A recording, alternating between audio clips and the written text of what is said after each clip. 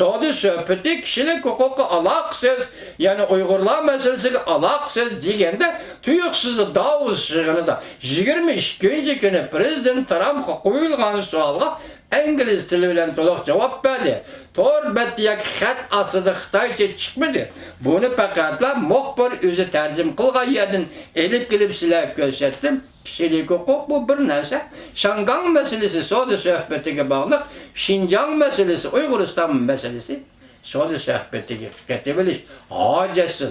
Ben şuna bunda göz karışka koşulma turumuna vatandaşlarım özünüz tahlil kılıp bekleyin.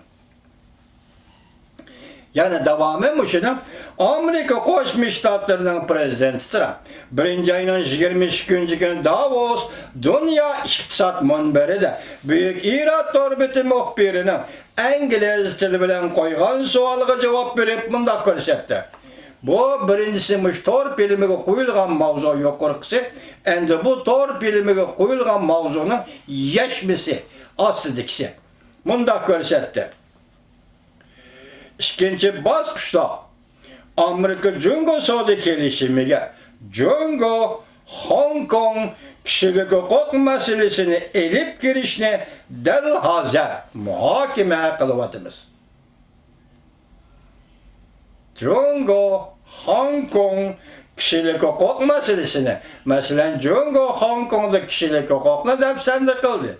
Hong Kong halka tünügün gece, 19. günü gece 150 bin kişi koçuğu çıkıp namayiş kıldı ve demokratik islahat talep kıldı değil.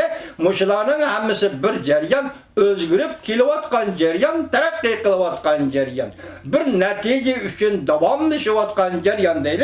Endi bir yerde Prezident Trump muhbirgan imdepti.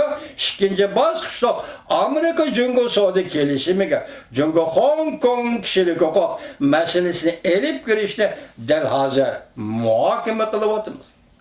Yeni Tanlıklar Televiziyası YouTube 2020 yıl 1. ayının 22. günü YouTube.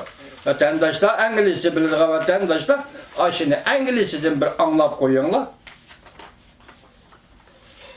Benim bugün sizlerle tahlil kılmak çoğunum. Azı bir yerde ile gel. Beni sen Uygursaldı. Mesela Uygur'dan kişilik hukuk meselesi, Uygur meselesi ne soda sohbetiyle bağlı biliş hacetsizdi. Endi bir yer 2 gün ötmek beni takdir Xuda nagiza koymadı. Hem vatandaşlarımın nagiza koymadı. Bu ketim endeleki Aksaray'daki emeldarlarının kaysi biri emet del Prezident Trump özü Davos şığına da muhbirinin sualı cevap vergende dedi ki Cungo meselesi